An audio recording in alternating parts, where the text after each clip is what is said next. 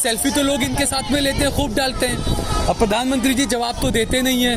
हम पूछिए प्रधानमंत्री जी से, मोदी जी कुछ बोलेंगे आप?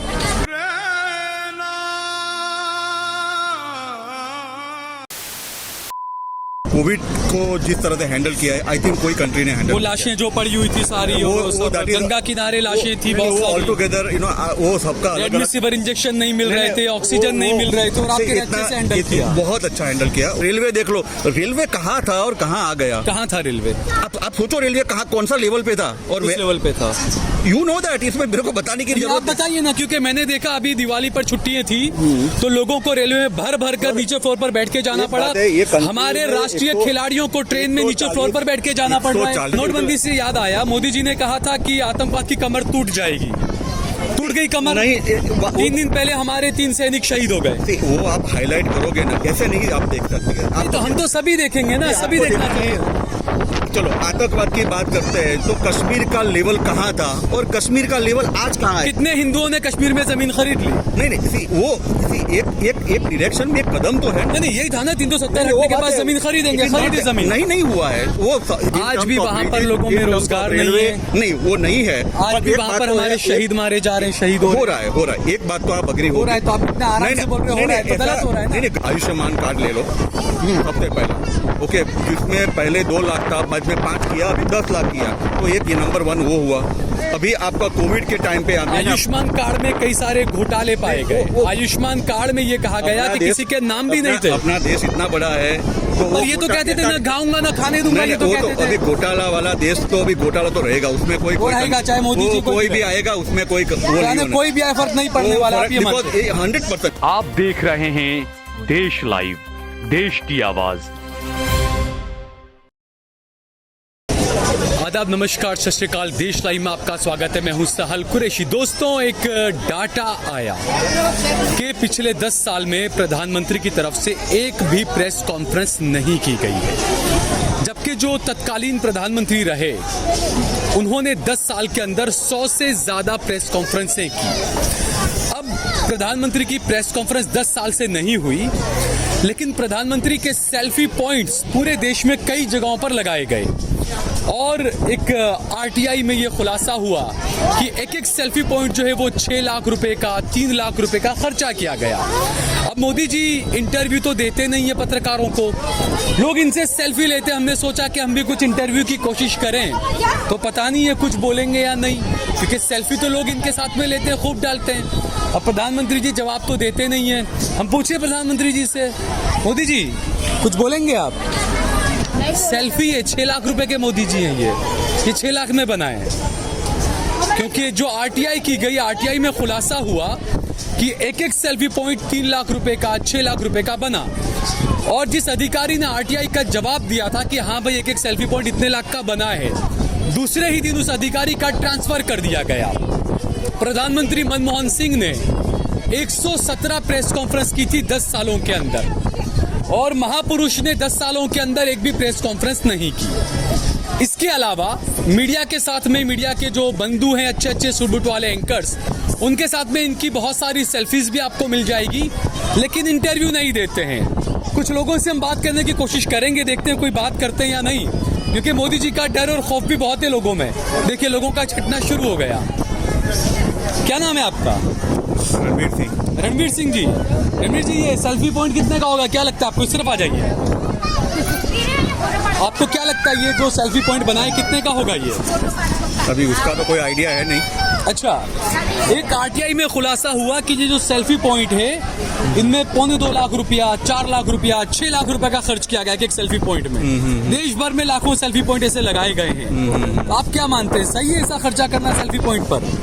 अभी वो तो उनको ही देखना है सही है कि गलत। नहीं, पैसा तो हमारा, आपका, जनता का पैसा है ये। Correct. See what you basically उनको क्या देखना है कि क्या अच्छा हो रहा है, और whatever is happening is good. It is not that I cannot say कि कुछ अच्छा नहीं हो रहा है। क्या अच्छा हो रहा है? कुछ 3 काम बताएंगे बेहतरीन, आप जो देश की जनता से और गरीब से जुड़े हुए 3 काम मुझे बताइए आप।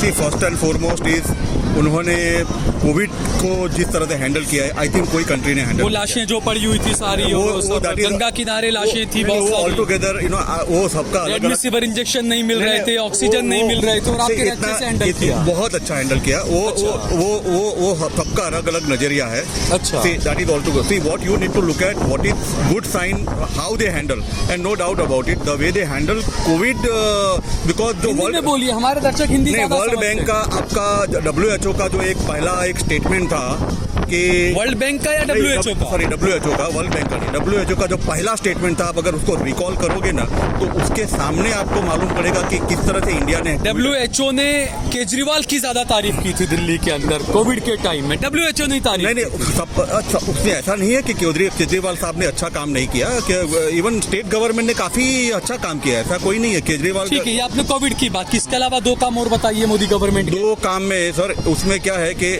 अगर आप आंखें बंद करके या कोई प्रेजुडाइज बिहेवियर के साथ बात करोगे तो आपको नहीं, कुछ आपकी आंखें खुली है ना, हमारी आंखें आप बताइए, चलिए तो- तीन काम मोदी गवर्नमेंट नहीं, के बताइए आप। एक आपको बता दूं, सबसे पहले सबसे अच्छा काम, आप खाली एक इंफ्रास्ट्रक्चर देख लीजिए। जस्ट आप कहीं पे भी इंडिया में जाइए, जस्ट आप ओवरऑल इंफ्रास्ट्रक्चर देखिए। ये लोग ऐसे वोट नहीं देते उनको, पीपल उनको फील होता है क्या बना है, क्या दिखा है, उसके बाद लोग वोट करते हैं, ऐसे नहीं देते। इंफ्रास्ट्रक्चर में क्या देखते हैं? इंफ्रास्ट्रक्चर में आप खाली कोई भी एक रोड का इंफ्रास्ट्रक्चर लीजिए, आप ब्रिजेस का इंफ्रास्ट्रक्चर लीजिए, चलो इन टर्म्स ऑफ आप खाली एक सेंट्रल गवर्नमेंट का रेलवे देख लो, रेलवे कहाँ था और कहाँ आ गया। कहाँ था रेलवे? आप सोचो रेलवे कहाँ, कौन सा लेवल पे था और किस लेवल पे था? यू नो दैट, इसमें मेरे को बताने की आप जरूरत बताइए ना, क्योंकि मैंने देखा अभी दिवाली पर छुट्टियां थी तो लोगों को रेलवे में भर भर कर नीचे फ्लोर पर बैठ के जाना ये पड़ा। बात है, ये कंट्री हमारे में राष्ट्रीय 100 खिलाड़ियों को ट्रेन में नीचे फ्लोर पर बैठ के जाना पड़ रहा है। 140 करोड़ का देश है सर, ये देश में इतना बड़ा लेवल पे मैनेज करना इतना इजी नहीं है। तो आप मानते हैं कि इजी नहीं है? नहीं इजी नहीं है। 2014 से पहले के भारत को आप कैसे देखते हैं? 2014 के पहले का जो भारत था उसमें प्रॉब्लम कहाँ था, एक लीडरशिप की कमी थी जो यहाँ पे पूरी हो गई।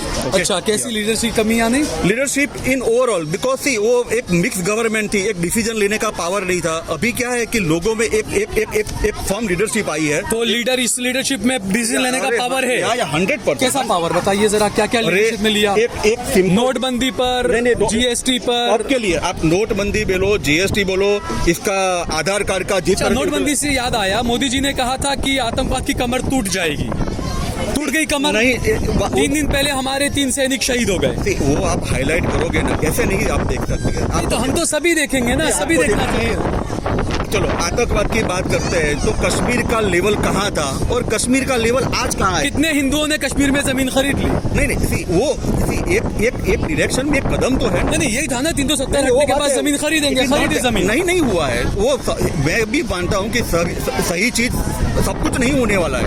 उन्होंने जो विजुलाइज किया था कि लोग जमीन खरीदेंगे, वो लोग वापस आएंगे, वो नहीं हुआ है। इसका मतलब फेल हो गया 370 हटाना भी। नहीं, वो अच्छा व्यापक डिसीजन था। तो फायदा क्या हुआ ये बताइए ना। सबसे पहले जो पथरावबाजी थे, टेररिज्म था, वो काफी लेवल तक कम हो गया है। आप खाली एक सिंपल हिसाब लिख लीजिए कि आपका टूरिज्म, आप कंपेयर कीजिए 2014 का और लास्ट 2 साल का टूरिज्म का फिगर निकाल के आप देख लीजिए, उसमें आप देखिए, आप गलत आंकड़े दे रहे हैं।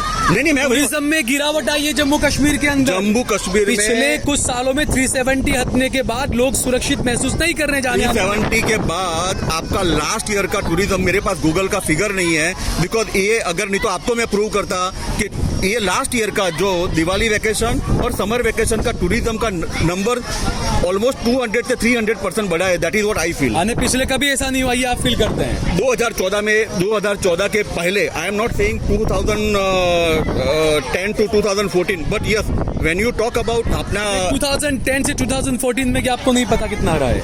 नहीं, उसमें मेरे पास अभी एक्चुअली गूगल नहीं है, या तो मेरे पास कोई नंबर नहीं है। आप ये कहना चाहते हैं 370 हटने के बाद सबसे अच्छा कलेक्शन अभी हुआ है, पे कहना चाहते हैं? इससे पहले कभी नहीं? आप सिंपल है, कश्मीर का आप कोई भी इंडिविजुअल वहाँ का रहने वाला है, जो मैं वीडियो देखता हूँ उसमें तो लोग ऐसा ही बोल रहे हैं कि ऐसा इंफ्रास्ट्रक्चर और ऐसा काम आज तक नहीं हुआ है। देखिए अभी जो काम हो रहा है कश्मीर में, अच्छा। इन टर्म्स ऑफ रोड, आज भी वहाँ पर लोगों में रोजगार नहीं है। नहीं, वो नहीं है। आज भी वहाँ पर हमारे शहीद मारे जा रहे हैं, शहीद हो रहा है।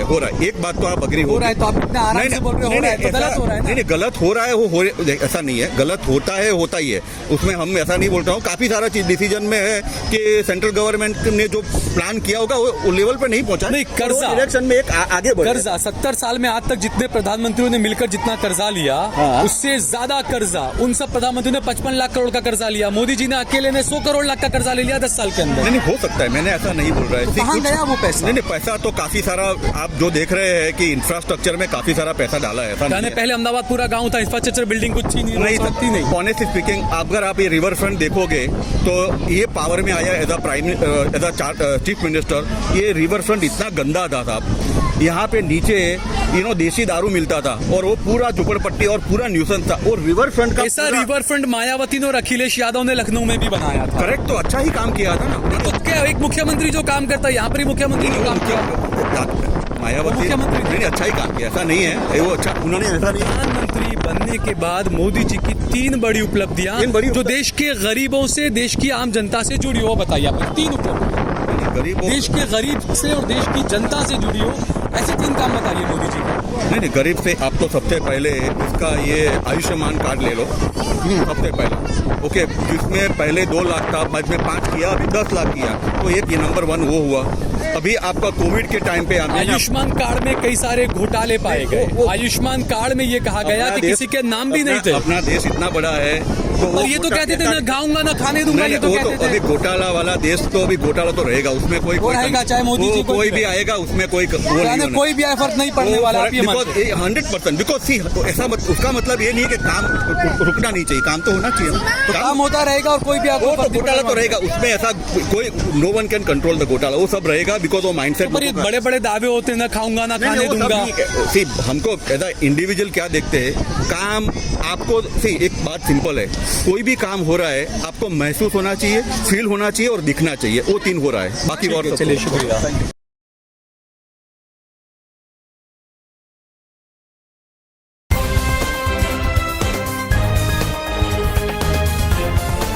देश और दुनिया की तमाम छोटी और बड़ी खबरों के लिए हमारे चैनल को सब्सक्राइब करना न भूलें और बेल का बटन जरूर दबाएं।